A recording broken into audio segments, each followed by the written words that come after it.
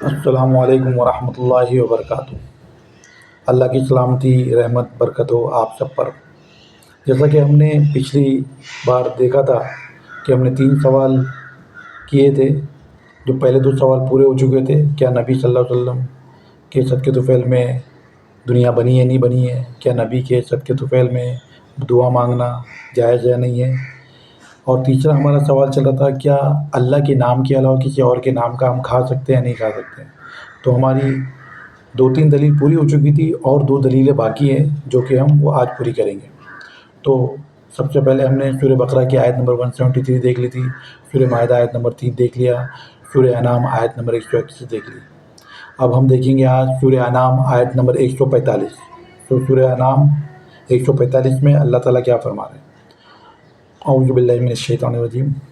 قل لا اجد فيما اوحي الي محرما على طعام يطعمه الا ان يكون ميتة او دما مسفوحا او لحم خنزير فانه رجس او فسقا اهل لغير الله به فمن اضطر غير باغ ولا عاد فان ربك غفور رحيم۔ کہہ دو اے محمد صلی اللہ علیہ وسلم، جو احکام مجھ پر نازل ہوئے ہیں ان میں کوئی چیز جسے کھانے والا کھائے حرام نہیں پاتا بجز اس کے کہ وہ مرا ہوا جانور یا خون یا سور کا گوشت یا سب یہ سب ناپاک ہیں، یا کوئی گناہ کی چیز ہو کہ اس پر اللہ کے سوا کسی اور کا نام لیا گیا ہو، اور اگر کوئی مجبور ہو جائے لیکن نہ تو نافرمانی کرے اور نہ حد سے باہر نکلے تو تمہارا رب بخشنے والا مہربان ہے۔ اس میں بھی وہی بات کہی گئی ہے، یعنی کہ 3 جگہوں پہ سیم بات کہی گئی ہے کہ کہہ دو اے محمد صلی اللہ علیہ وسلم کہ مجھ پر جو نازل ہوئے ہیں ان میں کوئی چیز جسے کھانے والا کھائے حرام نہیں پاتا بجز اس کے کہ وہ کیا ہے، مرا ہوا جانور یا خون یا سور کا گوشت، یہ سب ناپاک ہے، یا کوئی گناہ کی چیز ہو کہ اس پر اللہ کے سوا کسی اور کا نام لیا جائے۔ یہاں پہ وہی بات ہے، سب سے پہلا مرا ہوا جانور، لہو یعنی کہ خون، اور تیسرا خنزیر کا گوشت، اور چوتھا اللہ کے سوا کسی اور کا نام آ جائے تو وہ حرام ہے، حرام کر دیا گیا ہے۔ ہاں پھر واپس اللہ تعالیٰ وہی فرما رہے ہیں، دیکھو کتنی بہترین طریقے سے اللہ تعالیٰ سمجھا رہے ہیں۔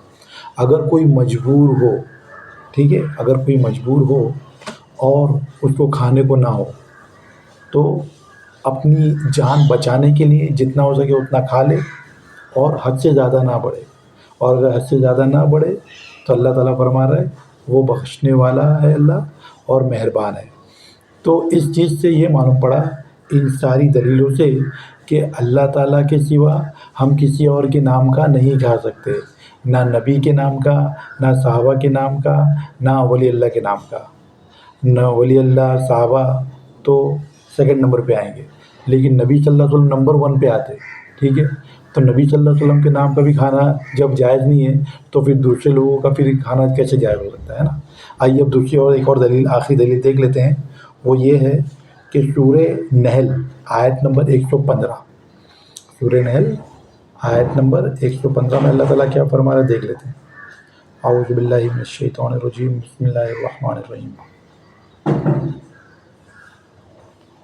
انما اعوذ باللہ من الشیطان الرجیم انما حرم علیکم المیتۃ والدم ولحم الخنزیر وما اہل لغیر اللہ به فمن اضطر غیر باغ ولا عاد فإن اللہ غفور رحیم۔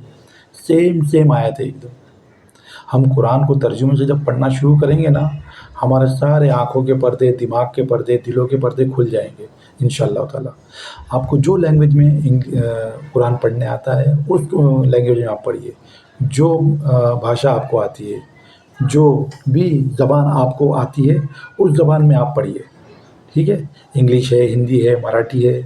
آج 130 یا 32 یا 140 لینگویجز میں قرآن موجود ہے ماشاءاللہ، جہاں تک میں نے ریسرچ کری ہے۔ تو آپ جو لینگویج آپ کو آتی ہے وہ لینگویج میں آپ پڑھیے، ٹھیک ہے۔ چلیے اس کا ترجمہ دیکھ لیتے ہیں۔